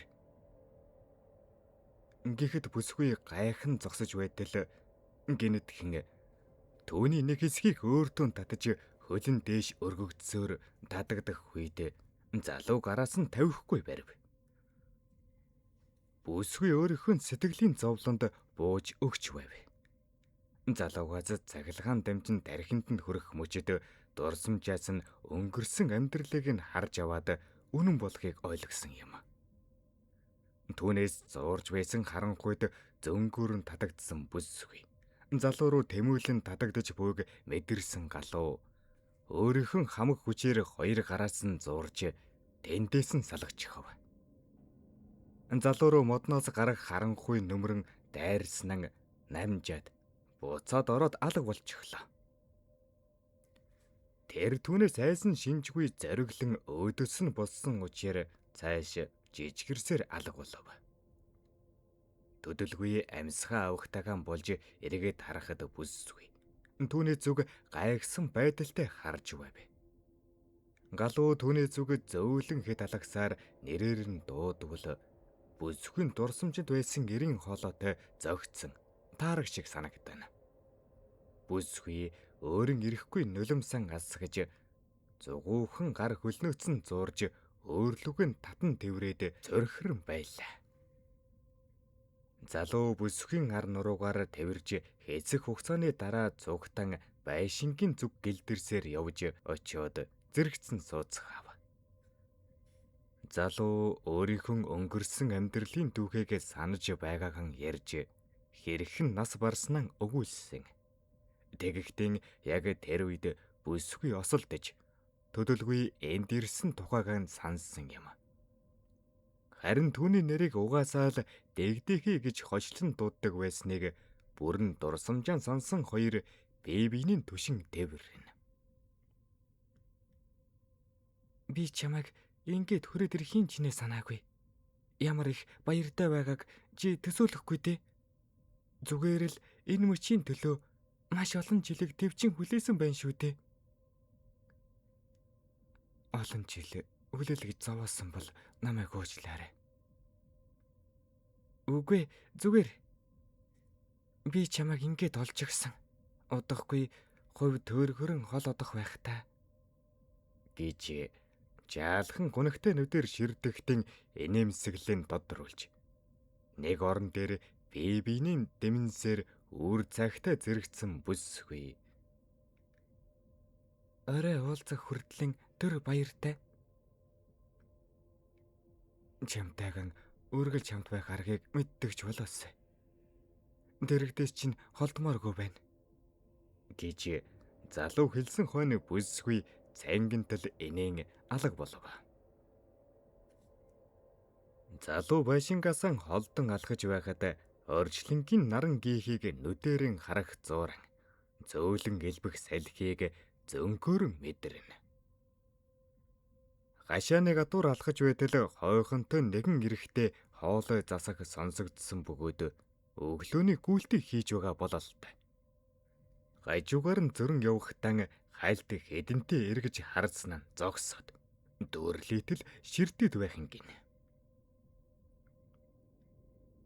Жамаа харахад уг нь хэрүүл саруул залуу шиг л харагдах юм. Гэхдээ чи яг юмтай болоод энэ газрын манаачаар ажилдаг байх. Ажил мундсан биш. Шүн би чиний хачин жигтэй үйлдэлийг харсан. Галзуу солиотой хүн шиг гар хөлөн савчаад хий юм тэврээд. Гэсээр алга болов.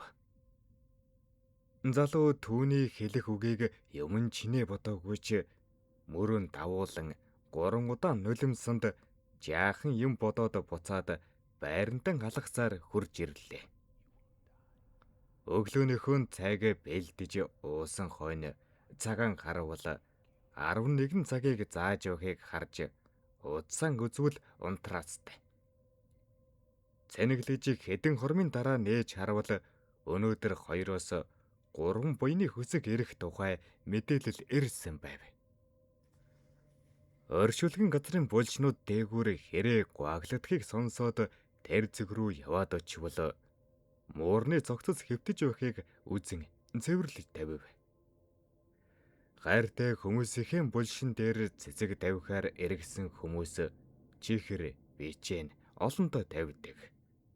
Энүүхэндээ муур нохой жигүүртэн шууд шүүрч авч явдаг. Мал амьтанд буян болдог бол энэ аштыг хийсэн хүндэж мөн адил буруу зүйл байхгүйг ойлгох хүн тун цөөхөн байдаг билээ.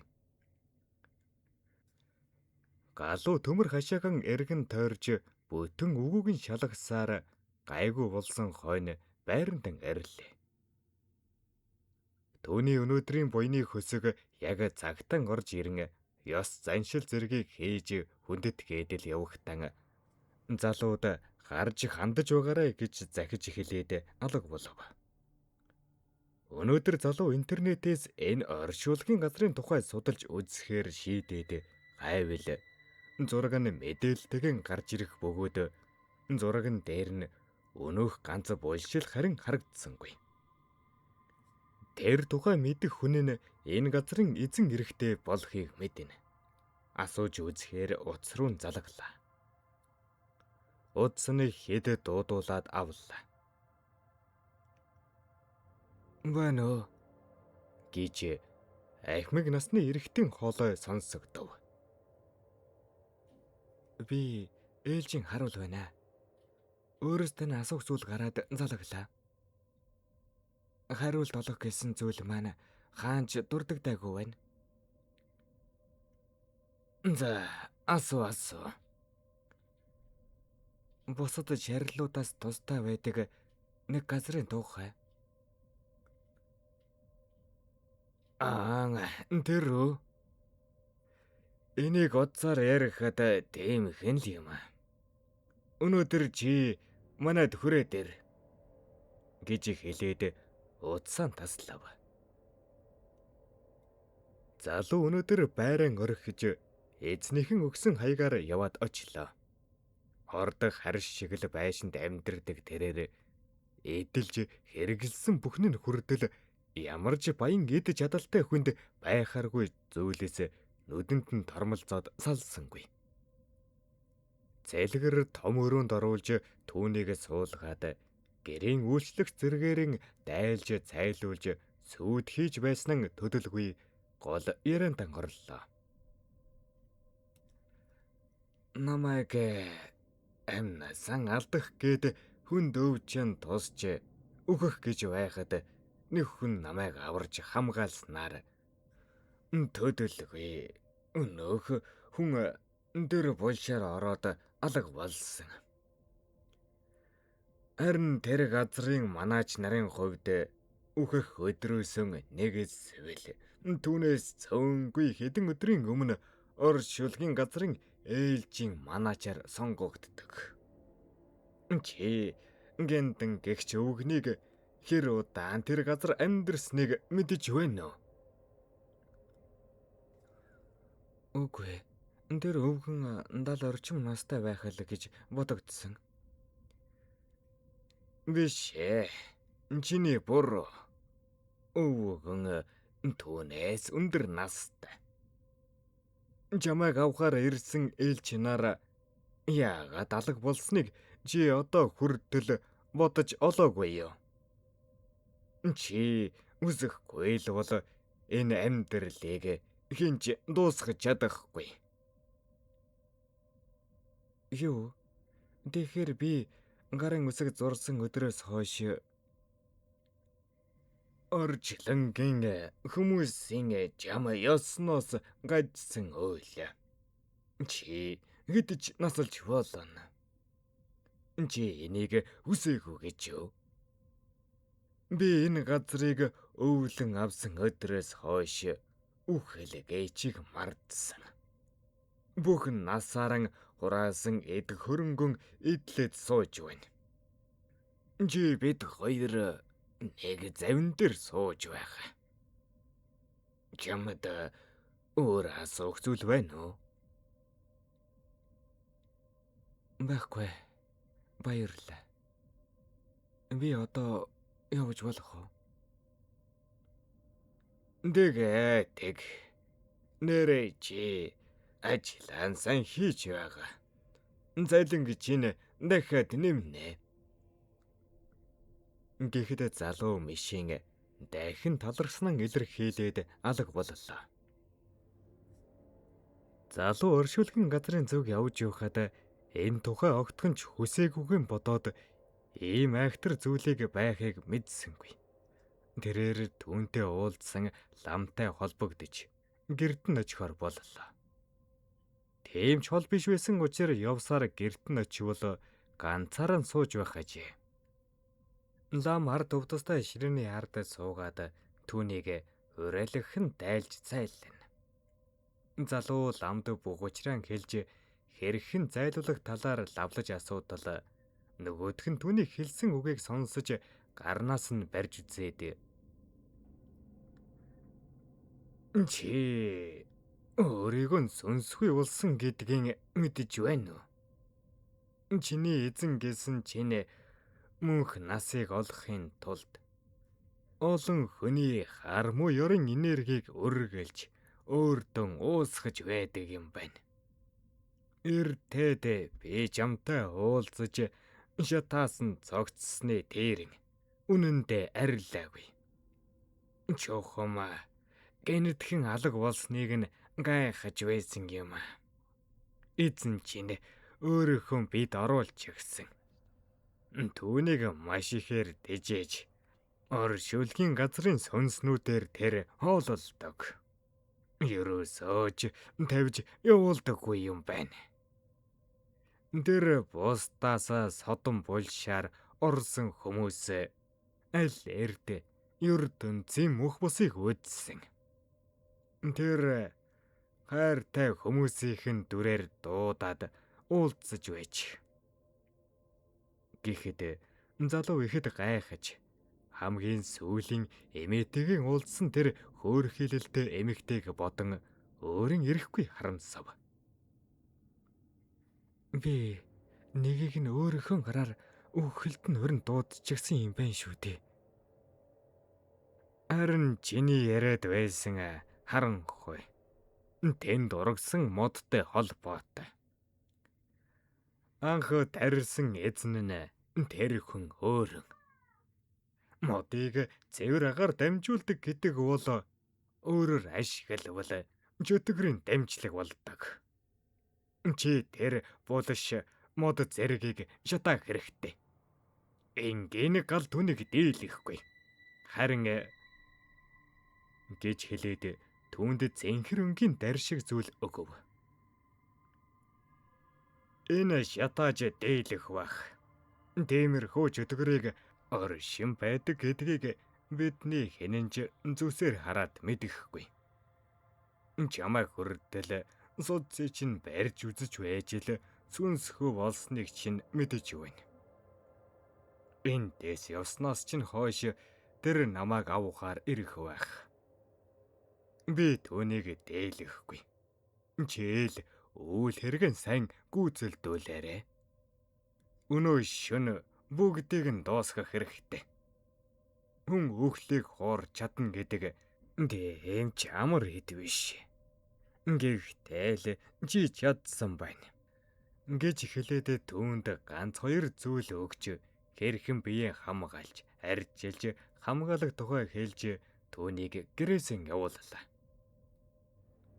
Нар шингэж орой болсон хойно лам гэрийнхэн бурхны өмнө завилан сууж, гараанаа сөмбөрлүүлэн чимээгүй залбирч байтал түүний гэрийг тойрж харанхуй нөмөрж ирэн хаалгаар нь хэн нэгэн ороод ирлээ. Оршуулгын газрын манаачин эзэн эрэхтэй байх бөгөөд ойртон очиход лам нүдийн нээн. Түүний зүг эгслэн харвал өнөөх нь толгойг нь мөрнөөс нь таслаад аваад шидчихв. Төдөлгүй гэрээг нь тэржигт нь шатааж үнс болгож орхилоо. Галуу ламын гэрээс гарсан хонь оршуулгын газрын зүг алгасаар очиод хэлсэн ярьсан болгоныг хэрэгжүүлэхээр шийдэв. Авс ургаа моднуудыг зэрэг шатаах ёстой гэдгийг ойлгуулсан учраас шороог угснаа авсыг ил гаргав. Замаасан авсан бензинийг асгаж тэрхүү модыг хүртэл тойруулав. Одоо асаачмаар байгаа ч шүн дундад төвөгчдөг тэр оргил цагаар хийх ёстойг мэдэх билээ. Нар доош бууж сүүдэр нүмерсэн хойно бүсгүй төөний өмнө гарч ирэх бөгөөд нэг газар завлин суух залууг сонирхон асуудал болсон бүхнийг түүнд хэлж өгөв. Онтон удахгүй чи вэ тэр хамт байх болох нь. Бүсгүй. Би чамд чөтгөрийг дарахад туслана.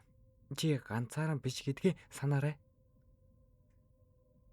Чамайг эдсэн мөч хүртэл миний дэрэгдээс битгий холдоорой гэж хүсмээр байна. Гэж хэлээд биетэйгэн халуун дулаанаар дотно ярилцав.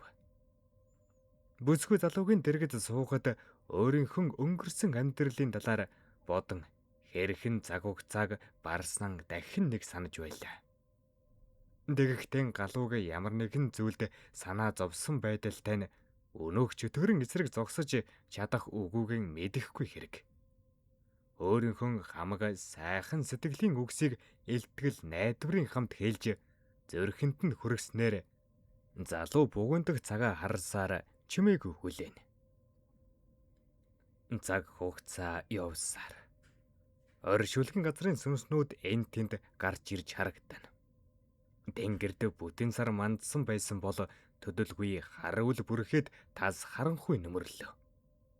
Ямарч салхихгүй байлаа. Харин одоо хамгийн хүчтэй шуурга нөмөрж байна уу л гэлтэй болоод ирэхийг харав. Удаагүй түүний чихэнд түүний нэрийг тодор дуудсан эзнийх нь дуу хоолой сонсогдох мөчтөн шүдэнцэн зураг гэхэд түүнийг шилэн хүзүүнээс нь базж аваад холоо шидчихв. Эдэнтэй өнхөрсөөр зогсоход бүсгүй өвнөө барьжигсан зогсож байхыг харлаа. Би чамд амьдрал бэлэглэж байхад миний өөдөс сөрдөг чи ямар бүх зүрхтэй холгаач вэ? Гэхийг сонсон залуу бүсгүйг бэтгий гэмтэгэрэ гэж тодор чанга хэл жихэнд нь хөрлөлээ. 6 дугаар хэсэг. Оршуулгын газрын эзэн болох Хорвоогийн олон жилийн өмнөх түүх.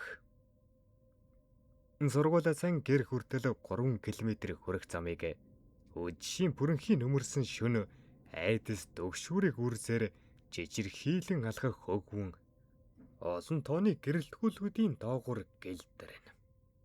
Байнга явдаг энэхүү замаараа ингэж учиргүй айж явсан шалтгаан. Хэдэн өдрийн өмнөөс л ямар нэгэн зүйл түүнийг хөөж дуу хоолойг нь чихэндээ сонссоор байх бөгөөд тэр чимээ оршуулгын газрын зүгээс гарах билээ.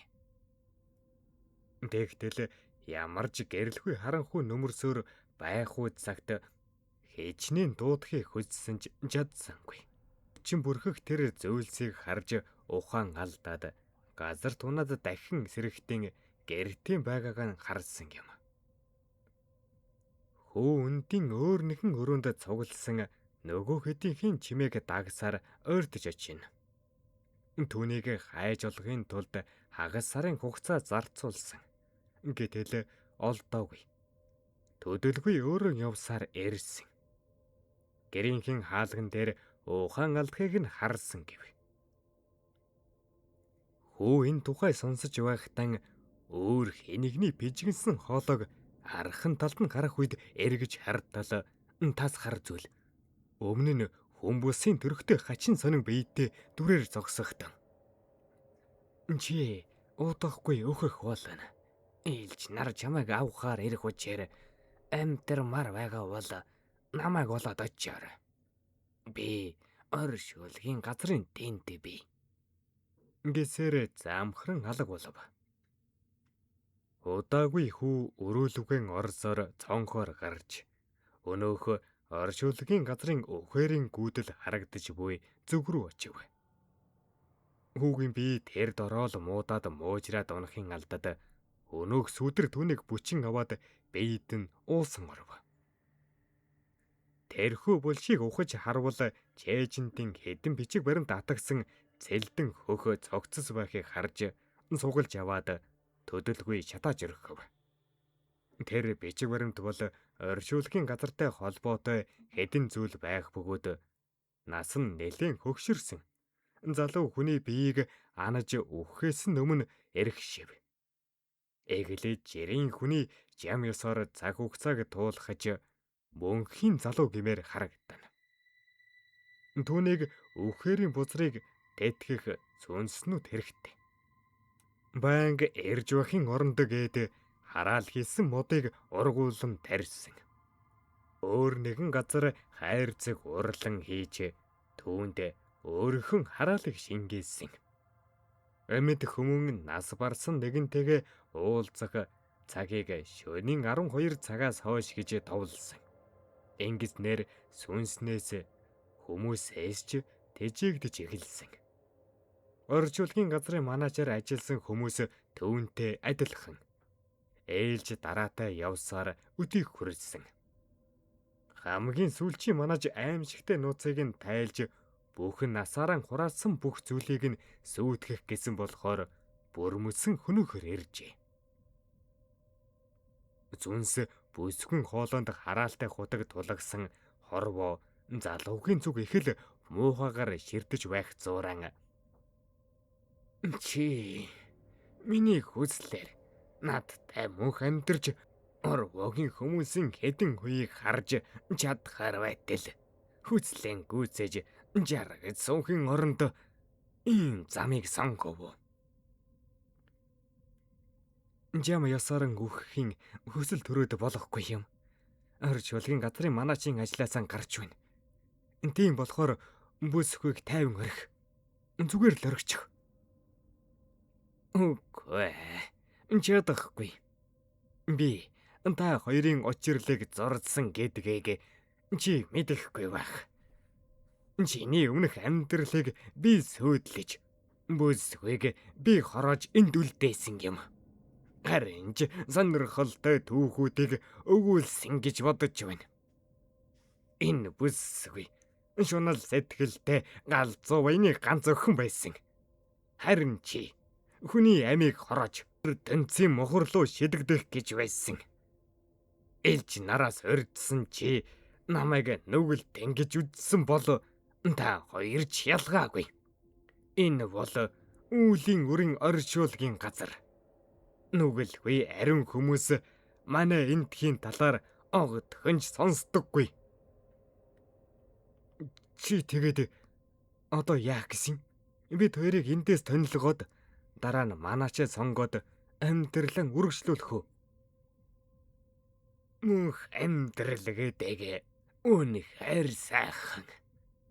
Хүмүүс энийг хүсдэг болохыг ямар их харсан гэж.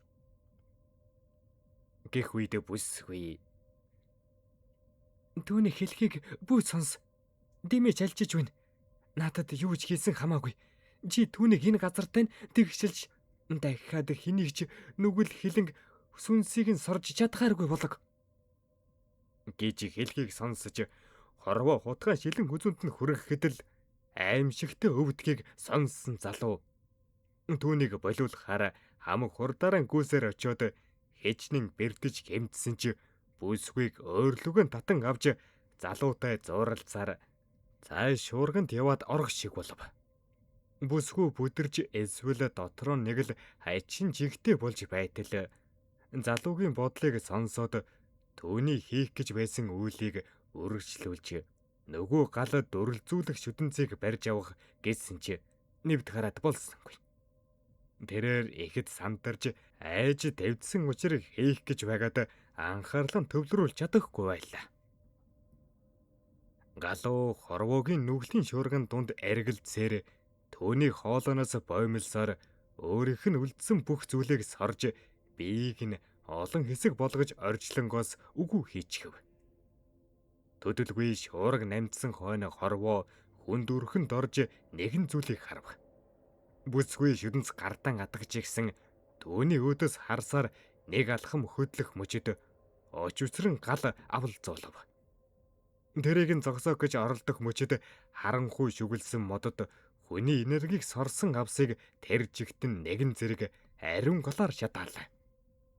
Олон зууны туршид зовлонгоор жаргалан хийсэн чөдгөрийн цагаан гал бүрхэн аваад дарчилгаж эхэлтэл хоолойнохоо хамаг чадлаар орилсоор жингихтэн зэрэгцэн олон мянган сүйдрүүд түүний биеэс дайдсаар гараад ирлээ. Хэсэг хугацааны хүндх эцүү явдлын дараа өнөөх зүйл хөндөрхөндөн хувирж олон жилийн өмнөх жаахан хүү болоод төрхөн олов. Удаачгүй хамаг арьс махан ялцралд ороод замхран алга боллоо. Бүсгүй энэ бүхнийг хийснийхэн дараа тэр олон сүнснүүд дундаас залууг нүдэрэн хайсаар зогсож байтал ард алдан түүний дуу хоолой гарахыг сонссов. Бүсгүй эргэж харангуутан түүнийг халуун дулаанаар тэврэн аван сая нэг санаа зовниж байсан сэтгэлэн тайтгаруулав. Залуу бүсгүйг чангигчин тэвэрсээр олон мянган сүнснүүдийн голд зогсох бөгөөд төдөлгүй нөгөө хэд эхнээсэн сарнин алга болж байгаа харагдана. Юу ч болж байсан. Би чиний дэрэгдээс холдмааргүй байна. Үрд чинийхэн дэрэгд байсаар дараагийнхан амьдралынхан үүдээр шагаамаар байна. Гэж галууг нүүр дүрэн нэмсэглэн байдалтай хэлэхэд бүсгүй. Би чамайг олон жил хүлээсэн. Дахиад алдаж явуулж чадахгүй. Гэж хэлээд чимээг өхөн түүний энгэрд тавируулна. Өнөөх хургуулсан мод авс хоёр юу ч үгүй болтроо шатаад үнс нурмал үлдсэн байв. Тэнд байгаа олон мянган сүнснүүд амар амгалан голохоор алхуурхан сарнсаар алга болохыг харлаа. Төдөлгүй манай хоёр л үлдсэн байж. Удаачгүй хоёулаа нэгэн зэрэг алс холын хаа нэгтээ зарим тэмүүлсээр алга боллоо. Харин хорвоогийн байр байшин юу ч үгүй болон давхар чадсан. Түүнээс үлдсэн зүйл энд үгүй билээ. Ямар ч эзэнгүй үлдсэн оршуулгын газрыг удаахан тонуулчид хашааны төмөр, банз, янз бүрийн зүйлсийг тув. Булш тонуулчдын нүдний хараанд өртөн бүгдийг нь ухаж үзсэн боловч юу ч олж аваагүй. Нээлттэй чигээр үлдээж гисэн. Яснуудыг нь тараасаар хajигсан байв. Энэ газар удаажгүй хаягдсан газруудын нэг болон үлдсэн билээ. Дөгсөв.